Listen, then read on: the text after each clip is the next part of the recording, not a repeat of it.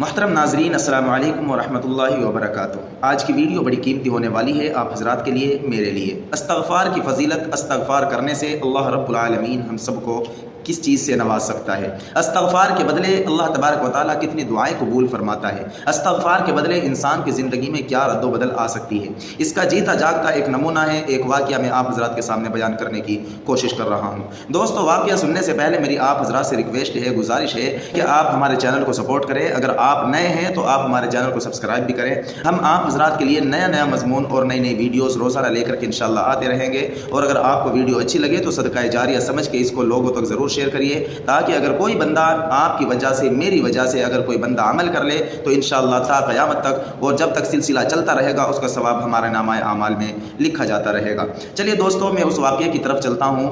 حضرت امام حنبل رحمۃ اللہ علیہ، ان کے متعلق کون نہیں جانتا، یہ چار جو مشہور امام ہیں ان میں سے ایک امام ہے حضرت امام حنبل رحمۃ اللہ علیہ۔ وہ ایک مرتبہ سفر پر نکل گئے اور کسی شہر میں، قصبے میں پہنچے اور ایک جامع مسجد کے اندر عشاء کی نماز ادا کی اور رات ہونے پر وہیں پر قیام کرنے کا ارادہ فرمایا۔ اور جب وہاں پر ارادہ فرمایا تو جو خادم تھا مسجد کا، اس نے حضرت کو وہاں سے پکڑ کر کے باہر نکال دیا۔ حضرت نے وہاں پر مناسب نہیں سمجھا کہ وہ اپنا تعارف کرا کے لوگوں سے خدمت کرا سکے، تو حضرت نے یہ مناسب نہیں سمجھا اور ارادہ فرمایا کہ چلو گیٹ پر جا کے میں آرام کر لوں گا۔ جب گیٹ پر پہنچے، وہاں پر آرام کرنے کا ارادہ فرمایا تو خادم نے وہاں سے بھی پکڑ کے حضرت کو مسجد سے باہر کر دیا۔ ایک نان بھائی نام کا ایک شخص جو مسجد کے پاس میں گھر تھا، رہتا تھا، اس کی نظر حضرت پر پڑی اور آنے کے بعد اس نے بڑے مؤدبانہ انداز سے کہا کہ حضور آپ ہمارے گھر تشریف لے جائیے، جبکہ وہ شخص حضرت کو نہیں جانتا تھا۔ تو حضرت نہ چاہتے ہوئے بھی اس کے گھر تشریف لے گئے اور رات کو قیام فرمایا۔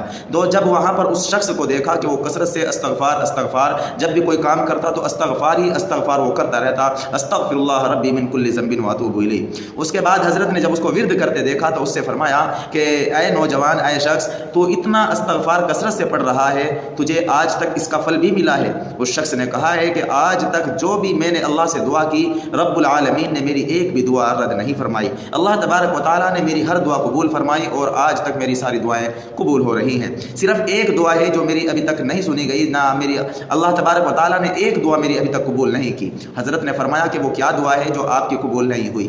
تو اس شخص نے فرمایا کہ حضرت صرف میری ایک دعا یہ ہے کہ ساری دعائیں اللہ نے قبول کی، اللہ میری ایک دعا اور سن لے، اس کو قبول فرما لیں کہ میرا من کرتا ہے، کچھ دنوں سے میرے دل کی خواہش جاگی ہوئی ہے کہ میں حضرت امام حنبل رحمۃ اللہ علیہ سے ملاقات کروں۔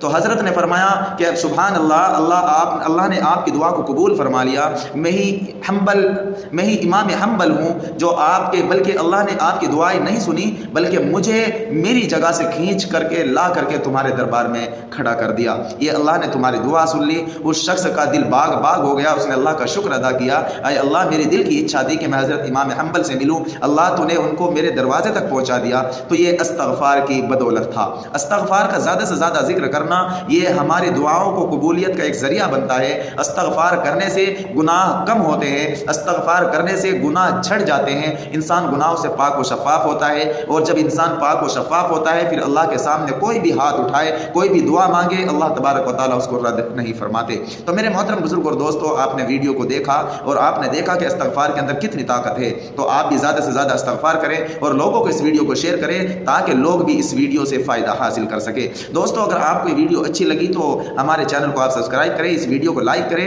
اور کمنٹ کے اندر ضرور بتائیے۔ انشاءاللہ روزانہ ہم ایسی ویڈیوز آپ کے لیے لاتے رہیں گے اور آپ ہمیں کمنٹ کر کے بتائیں کہ آپ کو ہماری ویڈیو کیسی لگتی ہے۔ چلیے دوستو، دعا میں یاد رکھیے گا۔ السلام علیکم ورحمۃ اللہ وبرکاتہ۔